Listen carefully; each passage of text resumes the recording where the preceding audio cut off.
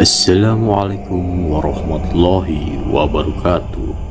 Masih bersama saya di channel Yadi Aindo untuk cerita-cerita horor atau misteri yang baru bergabung di channel Yadi Aindo.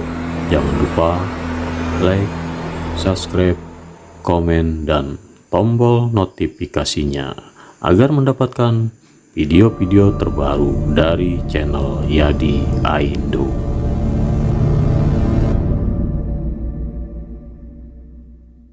Mbok Sumirah yang terus saja menangis meraung-raung. Ia ingin berlari ke arah keranda yang di dalamnya sudah terbareng tubuh yang pucat membiru cucunya. Awan yang cerah mulai menggelap, seakan ikut berduka atas kematian seorang gadis yang dinilai tidak wajar. Awan mendung dan berangin kencang. Sesekali terdengar suara gemuruh petir. Pagi itu jasad sang kembang desa langsung diurus pemakamannya.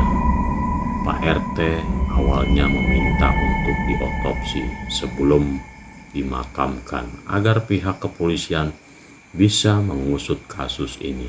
Namun Mbah Sumitro menolak. Ia sudah merasa kasihan dengan cucunya. Ia ingin cucunya segera dimakamkan saja. Setelah beberapa prosesi, mayang dikebumikan di samping makam kedua orang tuanya yang sudah meninggal lebih dulu. Sekarang tinggallah kakek dan nenek itu meratapi kepergian sang cucu. Setelah pemakaman selesai dan para warga sudah pergi, Mbah Sumitro dan Mbok Sumirah masih betah di sana. Mereka sangat terpukul. Air mata tak hentinya meleleh di wajah keriput mereka. Mbok Sumirah mengusap-usap nisan yang terbuat dari kayu itu seakan sedang mengusap wajah cucu yang ia sayangi. "Duk, Simbo gak nyangka kamu pergi duluan. Umurmu masih muda, seharusnya masih lama umurmu. Tapi kok malah ninggalin Simbo toh?" Isak tangis Mbok Sumirah yang masih tergugu. "Duk, Mbah gak terima dirimu jadi kayak gini. Mbah merasa ini gak wajar.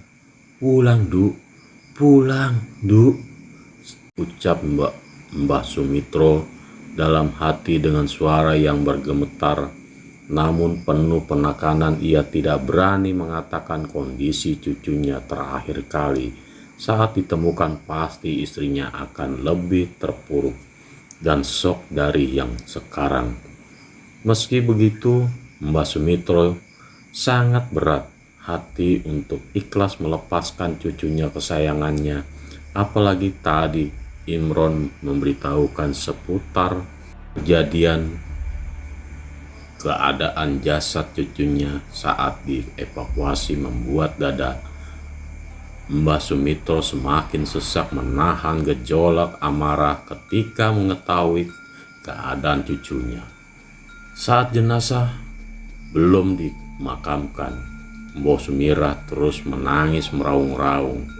Ia ditenangkan oleh ibu-ibu yang datang dan dibawa ke kamarnya sebab tidak memungkinkan untuk membantu memandikan jenazah, meskipun hati ingin sekali mengurus cucunya untuk terakhir kalinya.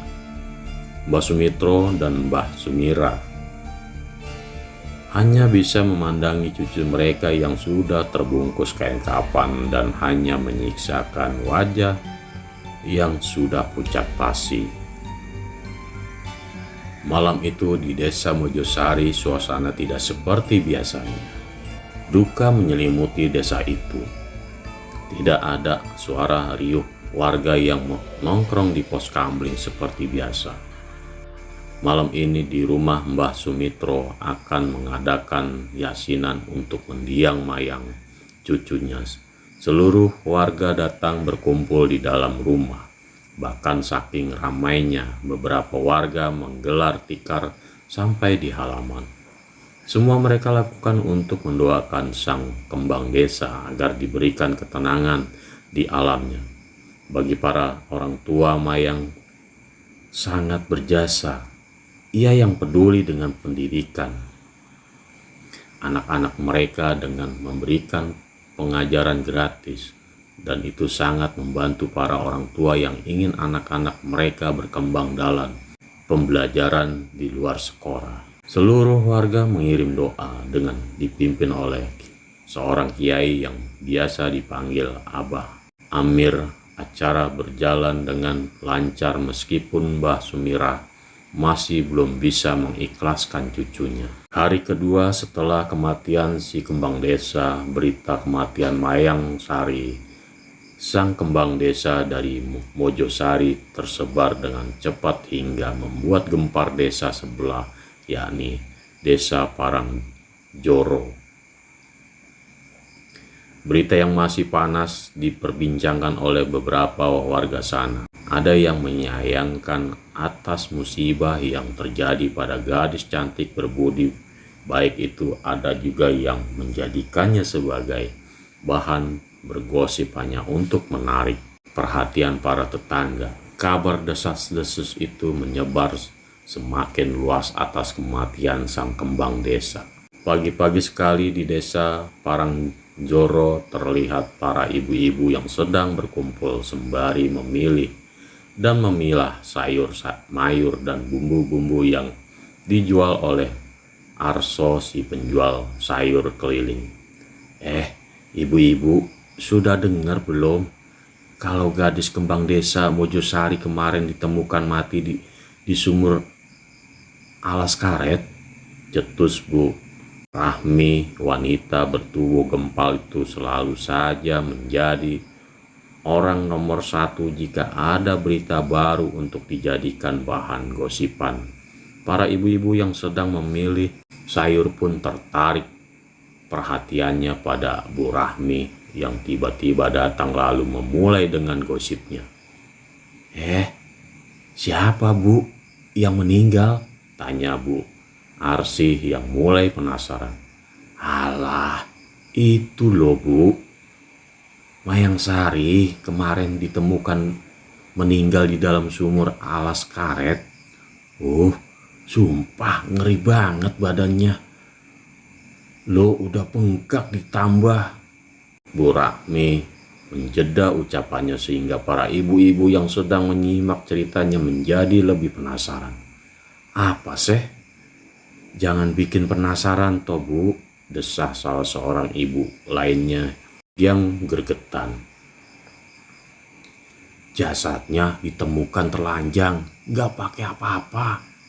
Badannya udah pucat banget, terus luka lebam, sama di lehernya ada bekas cekekan. Pas diperiksa ternyata lehernya patah. Terus Bu, di daerah kewanitaannya ditancepin botol gede.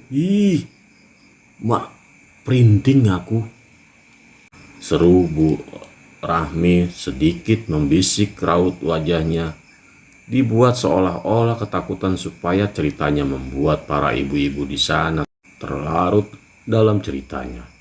Ketika suasana tiba-tiba terasa mencekam, angin berhembus kencang ketika Bu Rahmi mengumbar aib sang mayit. Apa yang diceritakan oleh Bu Rahmi memang benar, akan tetapi ia salah karena sama saja ia mengumbar aib seseorang yang sudah tidak ada, apalagi menjadikannya sebagai bahan gosipan atau gibah. Para ibu-ibu yang mendengar cerita Bu Rahmi pun terhenyak. Mereka semua terkejut sekaligus tidak percaya dengan kabar yang sedang panas dibicarakan. Mayang Sari memang gadis yang terkenal baik. Kisah kebaikannya sampai ke desa Parangjoro. Beberapa ibu-ibu dari desa Parangjoro yang letaknya tidak terlalu jauh dari desanya sebab hanya tersekat oleh sungai berbatu dan disambung dengan jembatan semi permanen, hanya membutuhkan waktu 5 menit untuk sampai di gapura desa Mojosari. Para orang tua dari desa Parangjoro juga tidak sedikit yang menitipkan anak-anaknya mereka untuk belajar bersama di lapangan desa Mojosari setiap sore. Cara mengajar Mayang Sari terkenal kreatif dan menghibur, karena itu para orang tua sangat percaya, apalagi gadis itu adalah cucu dari tetua yang cukup disegani. Mendengar kabar duka itu tentu saja membuat para orang tua dan juga anak-anak didik Mayang Sari sangat terpukul dan turut berduka. Rasanya masih tidak percaya saja jika gadis itu sudah tiada. Kini kegiatan belajar dan mengajar itu sudah tidak ada lagi. "Hus, Bu, sampean gak boleh kayak gitu, kasihan orangnya, udah gak ada kalau tahu kondisinya. Alangkah baiknya diam saja, itu masuknya menyebar aib orang," tegur Arso yang menyayangkan sikap Bu Rahmi yang selalu saja membuat gosip setiap kali ibu-ibu sedang berkumpul. Aku ini cuma ngabari toh, kan aku nggak nambah-nambahi toh, itu semua fakta, bantah Bu Rahmi yang tidak terima dinasehati. Kira-kira dia mati kenapa? Ayo, sampai kayak gitu, jangan-jangan korban per ibunya. Bu Rahmi menjeda ucapannya lagi sebab dipotong oleh Arso yang mulai geram. "Sudah, Bu, cukup. Opo sampean gak ada rasa kasihan toh? Udah toh, diem aja. Kasihani keluarga Mbah Sumitro." Bu Rahmi melirik tajam ke arah Arso dengan raut wajah yang sinis sebab sudah mengganggu sesi ceritanya. Para ibu-ibu yang masih ada di sana pun lebih memihak pada Arso. "Iya, Bu, benar kata Kang Arso. Gak baik cerita-cerita tentang kondisi jasad pas ditemui. Biarlah Allah yang membalas para pelaku kalau benar Nduk Mayang dijahati orang," ucap Bu Arsih yang diplomatis. Mendengar tidak ada yang memihaknya membuat Bu Rahmi merasa panas hati, rasanya telinga panas seketika. Dia beranggapan jika ceritanya akan membuat para ibu-ibu akan betah bergosip semakin panjang dan seru, tapi nyatanya ia hanya menanggung malu. Bu Rahmi yang kesal menghentakkan kakinya ke tanah lalu melemparkan seikat kangkung yang tadinya ingin ia beli pada bakul. Setelah itu tanpa permisi ia melengos pergi begitu saja dengan raut wajah kesal. Beberapa ibu-ibu yang memperhatikan sikapnya hanya mampu geleng-geleng kepala. Mereka sudah tak heran dengan perangaian wanita parubaya yang menyandang status janda itu. Kembali ke desa Mojosari. Di rumah mendiang Mayang Sari masih terselimuti dengan duka dan kesedihan. Sudah ada 2 hari ini semenjak Mayang meninggal. Mbok Sumirah bersedih.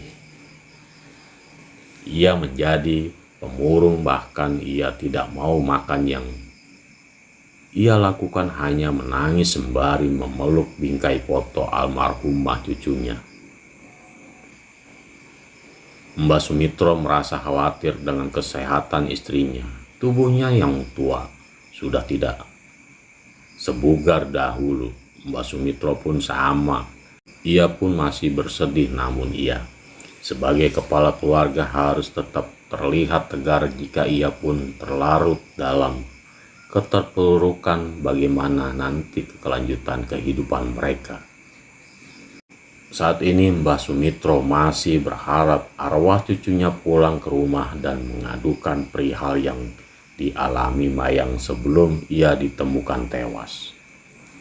Mbah Sumitro tidak akan terima cucunya mengalami penderitaan sedemikian sadisnya. "Bok, ayo dimakan dulu sarapannya. Sampean dari kemarin belum memasukkan nasi loh," bujuk Mbah Sumitro dengan lembut. Rasanya sesak sekali dadanya melihat istrinya yang sudah menemani setengah hidupnya sedang terpuruk meratapi kepergian cucunya. Semangat hidupnya tiba-tiba hilang, ikut terkubur dengan cucunya.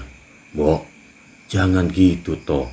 Aku sedih kalau sampean gak mau makan. Sekarang aku cuma punya sampean. Tolong ya, tetap sehat waras. Mayang Sari mestinya sedih lihat Mbah sama Simbo. Sedih, nangis terus gini." Mendengar ucapan dari suaminya, Mbok Sumirah menoleh ke arah suaminya yang duduk di depannya dengan kedua matanya yang berkaca-kaca menahan tangis pilu. Mbok Sumirah kembali meneteskan air mata. Ia masih belum ikhlas cucunya sudah meninggalkannya. "Mbah, aku ndak rela cucuku meninggal. Aku nggak rela." Mbah Sumitro hanya mampu mengusap lengan istrinya itu, memberikan kekuatan untuk tetap tegar atas apa yang sudah ditetapkan Yang Maha Kuasa. Karena melihat suaminya menangis tak kuasa lagi menahan air matanya, Mbok Sumirah pun mau menyantap makanan yang sudah dibawakan suaminya. Mereka pun memakan sarapan di pagi hari dengan tak selera. Hari ketiga setelah kematian sang kembang desa, mentari mulai terbenam dari ufuk barat langit senja yang dihiasi semburat warna jingga. Terlihat sangat indah bagi mereka yang suka mencari sunset. Di alas karet tampak sunyi dan tenang. Angin sore berhembus cukup kencang membuat dedaunan dan ranting bergoyang hingga menciptakan suara yang berirama.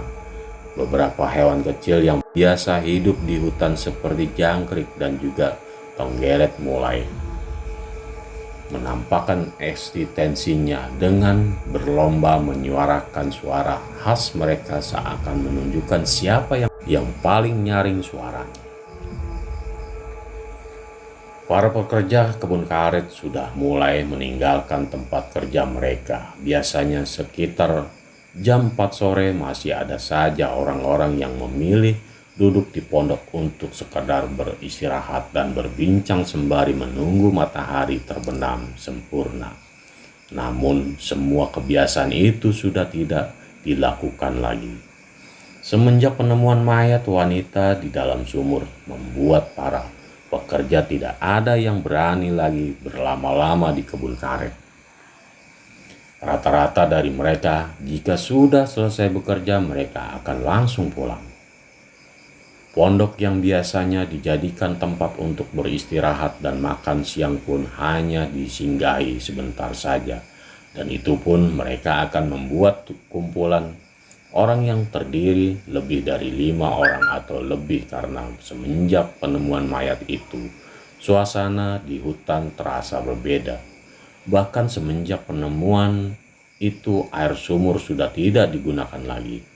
Meskipun masih terlihat jernih, untung saja WC sudah memakai air keran, jadi para pekerja tidak bingung jika ingin menunaikan hajatnya.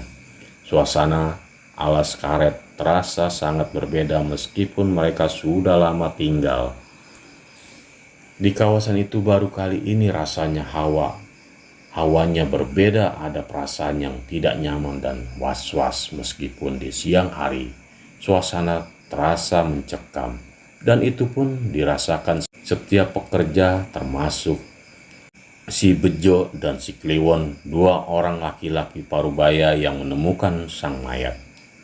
"Jo, ayo balik wes, mau gelap ini," ujar Kliwon pada Bejo yang masih memasukkan peralatan menyadapnya ke dalam tas yang terbuat dari karung beras. "Bentar Towon, sabar," sanggah Bejo yang kesal didesak-desak sama Kliwon. Bejo merasa merinding seluruh badannya, sebab saat ini hanya mereka berdua saja di kebun. Sebenarnya mereka ada 3 orang kawannya, namun mereka sudah pulang lebih dulu, meninggalkan 2 sohib ini. Bejo pun menyusul kawannya berdiri tidak jauh darinya berdiri. Terlihat Kliwon sedang celingak-celinguk mendongak ke atas pohon merasa seperti ada sesuatu yang mengawasi, tapi tidak ada apapun. Karena tidak sadar, Bejo sudah ada di sampingnya. Kliwon pun terlonjak kaget ketika Bejo menepuk pundaknya. Wah, jerangkong, miring-miring, doyong. Kliwon terlonjak kaget, ia terlatah-latah refleks memiringkan tubuhnya karena tingkah Bejo.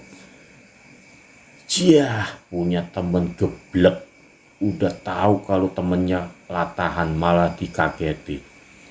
Cerongos. Kliwon mendengus kasar sembari melirikkan kedua matanya pada Bejo yang masih tergelak tawanya. Lagian celingak-celinguk nyari togel ya. Hahaha. Kelakar Bejo. Sesaat suasana menjadi riuh dengan suara tawa Bejo yang memenuhi alas karet, sedangkan Kliwon hanya mencibik kesal.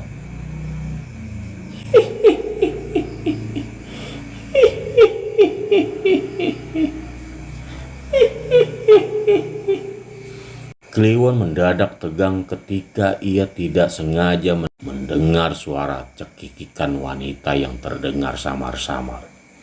Pandangannya liar menelisik mencari sumber suara, tapi tidak ia temukan. Bulu tengkuknya merinding hebat mendengar suara yang menyeramkan, apalagi saat ini mereka berada di tengah-tengah kebun. Jo, diem sek lu. Kliwon menepuk kasar pundak Bejo yang masih tertawa. Aduh, apa sih? Bejo mengadu karena pundaknya terasa panas akibat tepukan Kliwon. Kamu dengar nggak suara wanita cekikikan? Seru Kliwon berbisik. Sontak saja Bejo jadi terdiam mendengar seruan kawannya itu. Hah? Jangan nakutin, gak lucu wes toh. Bejo mulai bergidik ngeri.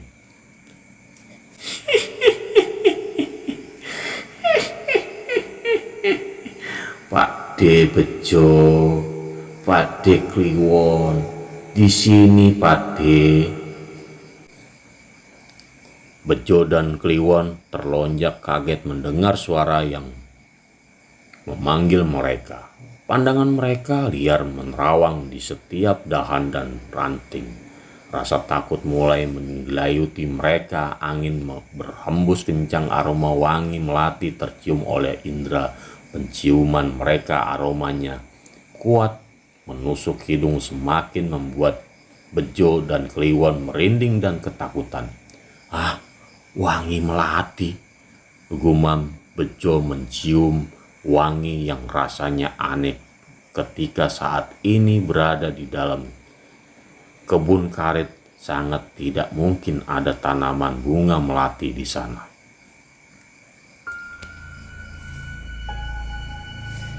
Jo, apa itu Jo? Seru Kliwon sembari celingak-celinguk ketakutan. Ia mengusap tengkuknya yang merinding hebat. Won, aku takut Won. Ayo pulang buruan. Ayo keburu malam. Pade, Bejo, aku di sini loh, Pade, Kliwon. Mendengar suara itu lagi, Bejo dan Kliwon refleks mendongak ke atas, dan ya, kedua mata mereka terbelalak lebar melihat apa yang ada di atas dahan pohon karet. Sontak saja mereka berteriak histeris. Refleks mereka berpelukan satu sama lain. Ah, Won, kamu lihat gak apa yang aku lihat sekarang? Seru Bejo dengan suara bergetar. Lihat Jo, kelihatan jelas di mataku. Tubuh mereka seketika menegang gemeteran seperti terpaku di tempat. Mereka ingin berlari sejauh mungkin tapi tidak bisa. Terlihat sesosok wanita memakai gaun berwarna putih dengan rambut terurai, memanjang menjuntai ke bawah. Wajahnya tertutupi rambut yang tergerai lalu tersibak, menampakkan wajahnya dengan jelas ketika angin berhembus mengenai wajahnya. Sosok wanita menyeramkan itu sangat familiar. Dia adalah Mayang Sari, sang gadis kembang desa. Kini ia kembali dengan sosok yang berbeda jauh dari yang mereka kenal.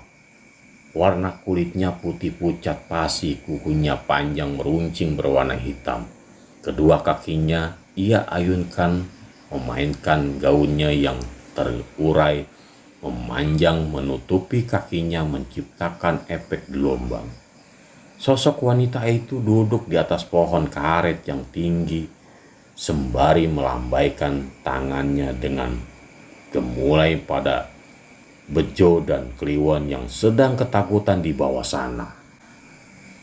Pak De, gak pulang, udah mau gelap loh. Seru sosok itu dengan suara kemayu dan gemulainya yang justru membuat orang-orang semakin takut padanya. Iya Nduk, ini Pak De mau pulang, jangan ikut ya. Di sini aja, saut Bejo dengan suara bergemetar. Sedangkan Kliwon tidak berani berkata apa-apa. Di tengah-tengah ketakutan mereka, Bejo merasa ada desiran hangat yang menyeluruh mengenai kakinya. Rasanya hangat dan basah. Ia pun menundukkan kepalanya ke bawah memeriksa kakinya. Wah, Kliwon, kamu ngompol toh? Pekik Bejo. Cukup keras yang tahu ternyata sesuatu yang hangat mengenai kakinya adalah air kencingnya Kliwon. Sedikit Jo.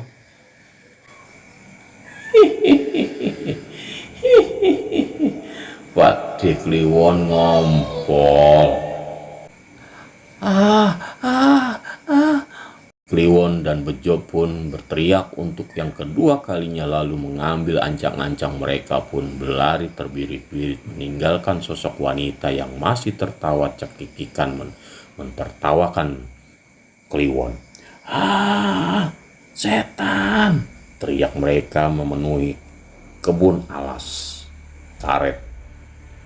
Bejo dan Kliwon lari tunggang langgang meninggalkan alas karet itu. Hari sudah beranjak gelap. Situasi terasa semakin mencekam. Angin dingin berhembus mengenai kulit membuatnya semakin merinding.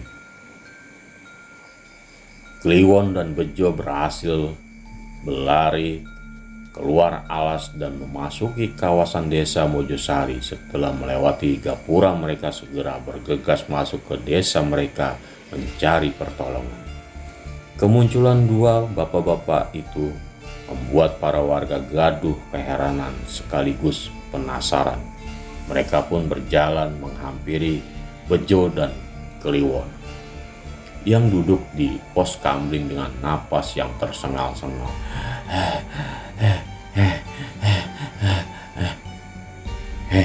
Ada apa ini? Ada apa? Won, Jo, demit.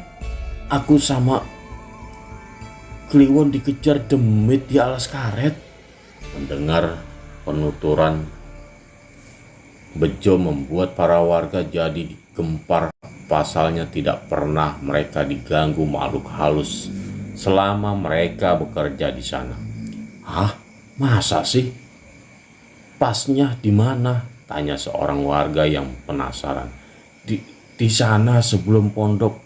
Pokoknya, tukas Bejo yang masih ngos-ngosan, sedangkan Kliwon ia sangat shock dan ketakutan sehingga ia tak mampu menguasai tubuhnya. Akhirnya ia limbung pingsan membuat semua warga tersentak kaget, lalu buru-buru mengurus Kliwon kembali ke rumahnya. Loh, Won, sadar Won, sadar, cerocos Bejo yang panik.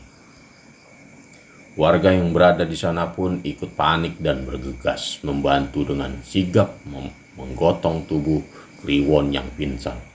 Loh, mas, suamiku kenapa iki?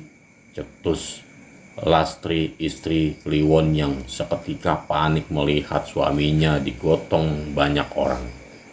Suamimu tadi ditakuti Demitri, seloroh Bejo. Sulastri pun panik dan khawatir, lalu meminta para warga yang menggotong tubuh suaminya ke dalam kamar lalu mengurusnya. Tumben kok rasanya merinding-merinding gini ya, gumam Imron yang sedang melakukan patroli keliling sembari mengayuh sepeda ontel jadulnya. Ia mengelilingi desa Mojosari. Sudah rutinitas bagi Imron sebagai sapam desa. Ia yang memimpin keamanan desa setiap malam. Biasanya ada beberapa orang yang ditugaskan bergilir setiap malam untuk meronda, tapi Imron selalu memulai untuk mengelilingi desa. Sapam desa itu selalu memeriksa dengan jeli setiap tempat yang ia lewati dari desa itu, seperti jalan dan gang. Rumah-rumah warga pun tak luput dari pengawasannya. Berbekal senter dan pentungan berwarna hitam yang selalu ia bawa sebagai bentuk dari penjagaan, bahkan permakaman desa pun tak luput dari pengawasannya. Hawanya kok beda ya, gumam Imron yang merasa jika malam ini suasana desa seperti lebih mencekam. Ia mengayuh sepeda dengan perasaan was-was. Dike boy mujair, nang ning nong, nang ning nong, bajrut, Bandung ding, cer, Mustafa, tergila-gila. Imron bersenandung menyanyikan lagu dangdut favoritnya supaya ia bisa menghalau rasa takut yang sedang menggerayangi pikirannya. Di Geboy mujair, nang ning nong, Bang Jinggrut, Bandung der Mustafa, tergila-gila. Terdengar suara perempuan meniru nyanyian Imron dengan suara yang lirih. Indra pendengarannya menangkap suara misterius yang mengikuti nyanyiannya. Sontak membuat Imron merinding seluruh badannya. Ia terkejut lalu menolehkan kepalanya ke belakang, tapi apa yang ia lihat tidak ada apa-apa selain jalanan yang sepi. Kanan kirinya adalah deretan pohon bambu dengan lampu jalan yang remang-remang. Suara apa itu ya? Kok merinding? Gumam Imron bergidik seketika. Ia menjadi gelisah dan resah. Ia merasa bahwa ada jutaan mata memandang mengawasinya. Ia melemparkan pandangannya liar segala arah meskipun tetap tidak terlihat sosok lain selain dirinya. Di Geboy mujair, nang ning nong, bajurin nong, Bandung dir, Mustafa, tergila-gila. Mustafa, kedua mata Kedua mata Imron terbelalak ketika ada seseorang yang menirukan nyanyiannya lagi. Keringat dingin sebiji jagung mulai meluruh dari keningnya sampai wajahnya.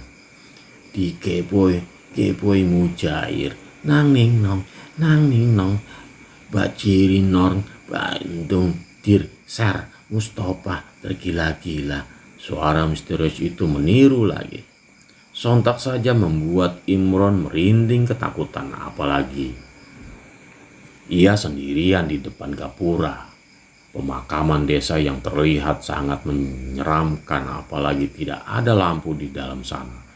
Menambah situasi semakin mencekam. Astagfirullah, ya Allah, apa itu? Suaranya siapa itu? Tokik Imron bergegas mengayunkan pedal sepedanya dengan cepat, menjauhi kawasan pemakaman. Kini perasaan sudah berbentuk tak karuan, perasaan yang sangat tidak nyaman dan menegangkan.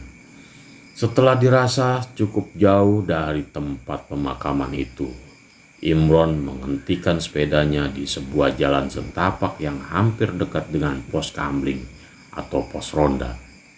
Untuk mengatur deru napasnya yang tersengal-sengal, jantungnya berdebar dengan kencang membuat tubuhnya lemas seketika. Hembusan angin malam yang terasa dingin pun tidak mampu mendinginkan suhu tubuhnya yang panas berkeringat karena mengayuh sepedanya dengan cepat. Yung alah, lagi tugasnya diganggu demit, runtuhnya setelah ia merasa tenang dan suasana kembali aman. Imron mulai mengayuh sepedanya lagi menuju pos kamling yang mungkin sudah ada beberapa orang yang menjaga di sana. Kok berat sih? Apa kempes bannya? Keluh Imron yang merasa sepedanya terasa sangat berat dan tidak enak. Tapi karena ia sudah tidak peduli dengan keadaan membuatnya tidak menghiraukan kejanggalan yang ia rasakan saat ini. Ia hanya ingin segera sampai di pos kamling dan beristirahat. Sementara itu di pos kamling sudah ada 4 orang warga yang malam itu mendapat giliran ronda. Biasanya tugas mereka sama seperti Imron, yaitu mengelilingi desa setiap beberapa jam sekali untuk menjaga keamanan dan desa selagi para penduduknya beristirahat di rumah masing-masing. Benar toh tadi pas sore-sore si Kliwon sama Bejo digangguin demit di alas karet? Tanya seorang laki-laki parubaya bernama Trisno pada ketiga kawannya. Wah, iya, aku lo yang ikut gotong sampai rumah. Kasihan sampai pingsan kayaknya, shock berat, sahut laki-laki parubaya bernama Larno sembari menyeruput kopi hitamnya.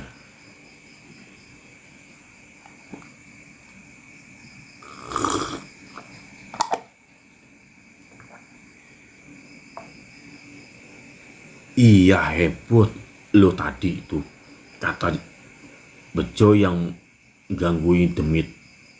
Mayang, merinding aku, timpal salah seorang bernama Nono yang sedari tadi menyimak perbincangan 2 orang kawannya. Itu mendengar ucapan Nono membuat 3 orang yang ada di sana pun terkejut tak percaya. Masa Mayang cucunya Mbah Sumitro semasa hidup orangnya baik, berbudi luhur, banyak jasanya di desa ini, masa jadi setan gentayangan? Sanggah Agung yang sedari tadi hanya dia menyimak obrolan sembari memakan kacang rebus yang disediakan sebagai konsumsi untuk para peronda. Agung merasa tidak percaya saja jika sosok yang gentayangan di alas karet adalah mendiang gadis kembang desa yang terkenal memiliki perangai yang baik dan banyak membantu warga. Loh, yang ngomong bejo sendiri loh. Tapi ya aku nggak percaya sih. Bisa jadi itu setan yang nyamar kan, sahut Nono yang sebenarnya merasa tidak yakin dengan apa yang dikatakan Bejo. Bukannya tidak percaya, tetapi bisa saja ada makhluk halus yang mengetahui hal itu lalu memanfaatkan keadaan dengan menyerupai almarhumah gadis kembang desa yang bernama Mayang Sari. Setelah obrolan itu berakhir, sejenak situasi kembali hening. Kini suara malam yang meramaikan suasana, suara hewan-hewan malam mulai beradu dan sesekali suara burung hantu yang lewat membuat bulu Roma meremang seketika saat ini. Mereka sibuk dengan pikiran sendiri-sendiri sampai ketika suara Imron yang memanggil dari kejauhan sembari mengayuh sepeda memecahkan lamunan mereka. "Hei, udah pada ngumpul semua?" seru Imron dengan suara sedikit kencang. Sontak saja mereka menoleh serempak menuju sapam desa itu. Akan tetapi seruan itu membuat mereka tercengang seketika. Tubuh menjadi menegang melihat apa yang ada di depan mereka. Kedua pasang mata tidak bisa berkedip menatap sesuatu yang nampak aneh datang bersama sapam desa. Aroma wangi melati membuat bulu tengkuk merinding hebat. Mereka ingin mengucapkan sesuatu yang mungkin akan serempak mereka katakan pada sapam itu, tapi tiba-tiba saja mulut mereka tertutup rapat dibarengi dengan rasa grogi yang menyerang, membuat tubuh gemetaran hebat karena rasa takut yang luar biasa besarnya. Bukan Imron yang mereka maksud, tetapi sosok wanita bergaun putih yang tengah dibonceng Imron membuat 4 orang bapak-bapak itu akhirnya berteriak histeris dengan suaranya yang kencang. Mereka keluarkan semua teriakan yang sedari tadi mereka tahan. "Ah, setan! Imron!"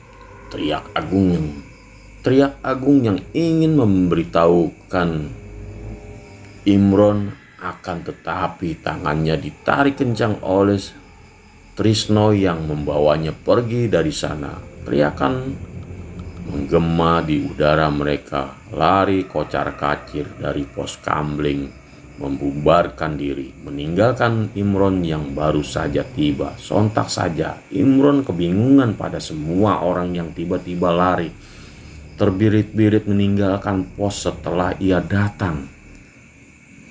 "Woi, Ronda, balik! Woi!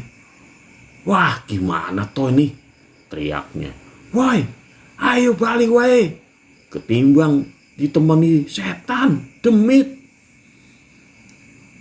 teriak salah satu dari mereka dari kejauhan memberi tahu Imron. Imron penasaran. Seketika saja ia merasakan ada hawa tidak enak menyelimutinya. Aroma melati mulai tercium di hidungnya, padahal ia tidak mencium apa-apa dari tadi. Dengan ragu-ragu Imron menoleh ke belakang, memastikan jika tidak ada apa-apa di belakang, tapi dugaannya salah. Ternyata ada sosok wanita dengan memakai gaun putih dengan rambutnya yang tergerai panjang. Wajahnya nampak jelas sekali meskipun terlihat putih pucat pasi. Ia sedang duduk santai di atas boncengan sepedanya. Kedua mata sosok itu berwarna merah menyala, lalu tiba-tiba kepalanya tenggeleng ke samping seakan tulang lehernya patah, menciptakan suara retakan yang membuat ngilu di telinga.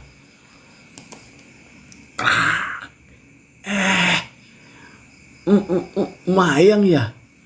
Aduh, kepalanya itu awas jatuh. Pade, pulang dulu ya. Sepedane buat kamu aja, muter-muter desa kalau mau ngapa-ngapa. Oh, wah, wah, setan.